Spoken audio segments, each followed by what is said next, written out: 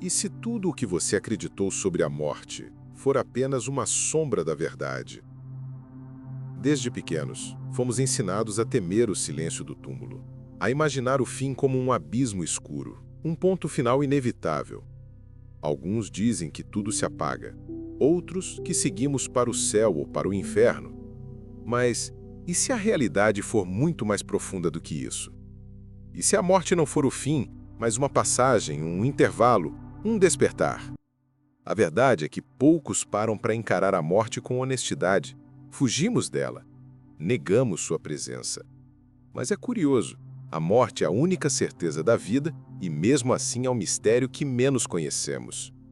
O que a Bíblia realmente diz sobre o que acontece quando o corpo para, mas a consciência continua? Hoje, quero te convidar a mergulhar nesse mistério. Não com medo, mas com curiosidade. Não com crenças herdadas, mas com olhos limpos. Porque talvez o que você aprendeu até hoje sobre a morte não seja o que Deus realmente revelou. Talvez a morte não seja uma sentença. Talvez seja um processo, um retorno, um encontro. E se tudo o que você teme for na verdade o que te libertará? A ideia de que a morte é o fim absoluto vem de muitas fontes, da filosofia grega, do pensamento materialista moderno e também de tradições religiosas que foram se misturando ao longo dos séculos. Porém, quando olhamos atentamente para as Escrituras, percebemos que a visão bíblica da morte é muito diferente da que o mundo prega. Na Bíblia, a morte nunca é apresentada como o fim, mas como um sono. Em Gênesis, quando Adão e Eva desobedecem, Deus diz: "Do pó vieste e ao pó voltarás." Não há menção de tormento imediato, nem de consciência eterna no inferno ou no paraíso. Apenas o retorno à origem, o descanso no pó. Em Eclesiastes, lemos que os mortos nada sabem e que não há obra, nem sabedoria, nem ciência no Sheol. É como se Deus quisesse nos mostrar que a morte, em sua essência, é pausa, não punição. Mas, ao longo do tempo, o medo da morte foi se tornando uma ferramenta de controle. Surgiram imagens de fogo eterno, de castigo e sofrimento que não estavam presentes no ensino hebraico original. O povo de Israel via a morte como um estado de inconsciência, uma espera, até a ressurreição prometida. Foi com a chegada da filosofia grega, especialmente com Platão, que nasceu a ideia de uma alma imortal separada do corpo. Essa ideia penetrou a teologia cristã posterior, transformando o que antes era esperança em medo. A Bíblia, entretanto, fala de algo completamente diferente. Paulo escreve: "Eis que vos digo um mistério. Nem todos dormiremos, mas todos seremos transformados." Cristo mesmo chamou a morte de sono. Quando Lázaro morreu, ele disse: "Nosso amigo Lázaro dorme, mas vou despertá-lo."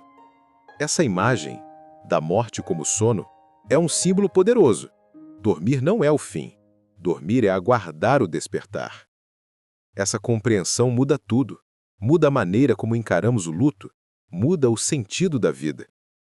Porque se a morte é apenas uma pausa, então há algo além. Há continuidade. Há reencontro. E é aí que mora o verdadeiro poder da fé. Não no medo de morrer, mas na certeza de que a morte não tem a última palavra. Poucos compreendem que a morte, dentro da visão espiritual, tem um propósito. Ela não é um castigo divino, mas um processo natural de restauração. Assim como a semente precisa morrer para florescer, o corpo também precisa cessar, para que algo maior desperte. Cristo mostrou isso de forma perfeita. Ele morreu e ressuscitou. A morte nas mãos de Deus se torna o portal da transformação. O apóstolo Paulo escreveu: "O último inimigo a ser destruído é a morte." Essa frase revela algo essencial. A morte é inimiga, sim, mas uma inimiga que será vencida.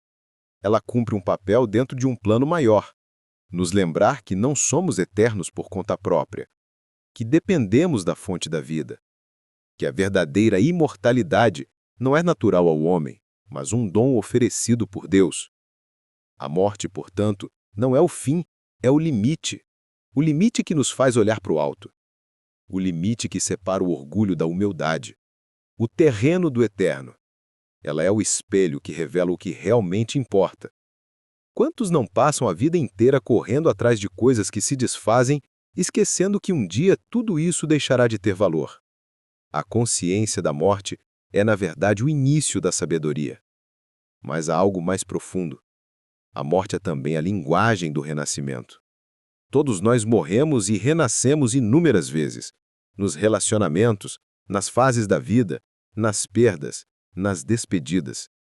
Cada morte simbólica que vivemos prepara o nosso ser para a grande passagem. Ela nos ensina a soltar, a confiar, a se entregar.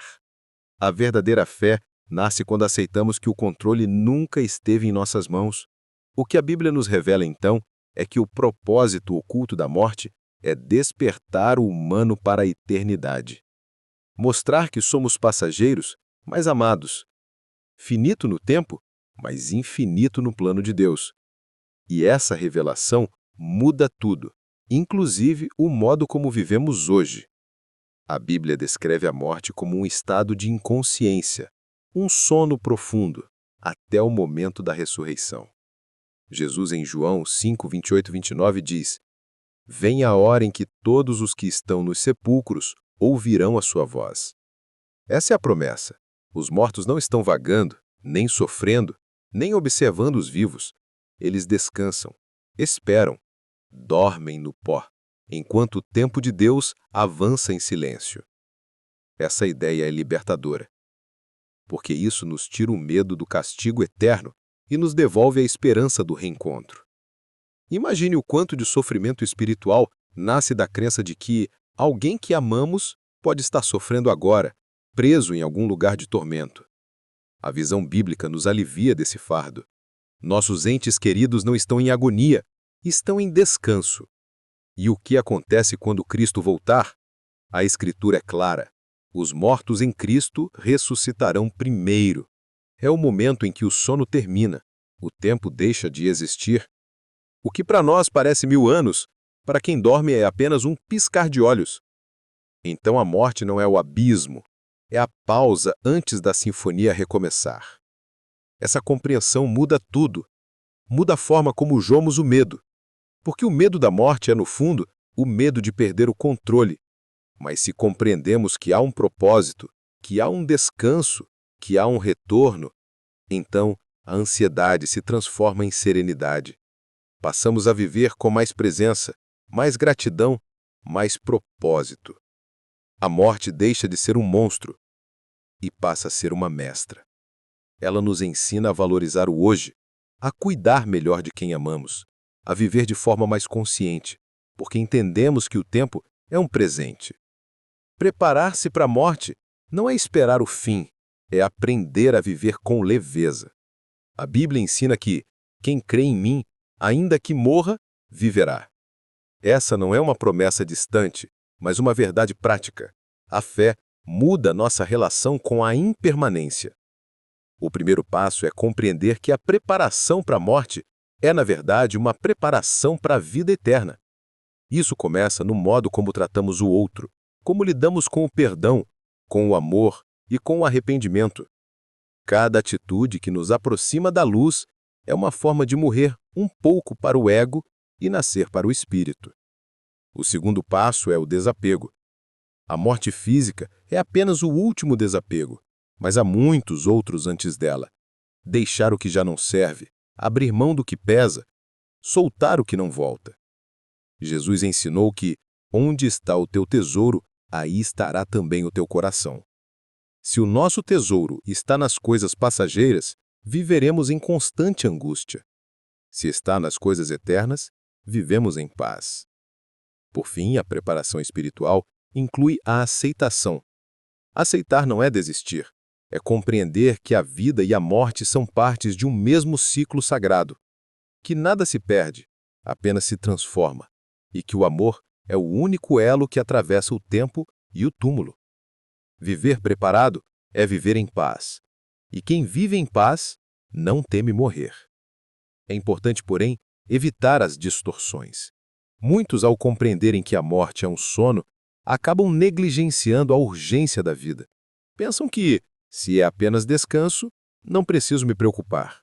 Mas essa não é a mensagem. A consciência de que a morte é temporária não deve nos tornar indiferentes, mas nos tornar responsáveis. Outro cuidado é não cair no misticismo vazio. Há muitas doutrinas que tentam romantizar a morte, transformando ela num tipo de libertação automática. Mas a Bíblia é clara, a verdadeira libertação vem pela reconciliação com Deus. Não é a morte que salva, é a graça.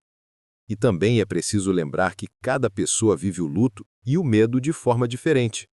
Ninguém deve ser forçado a aceitar ou superar a perda rapidamente. A espiritualidade bíblica não apaga a dor, ela ressignifica. A morte em si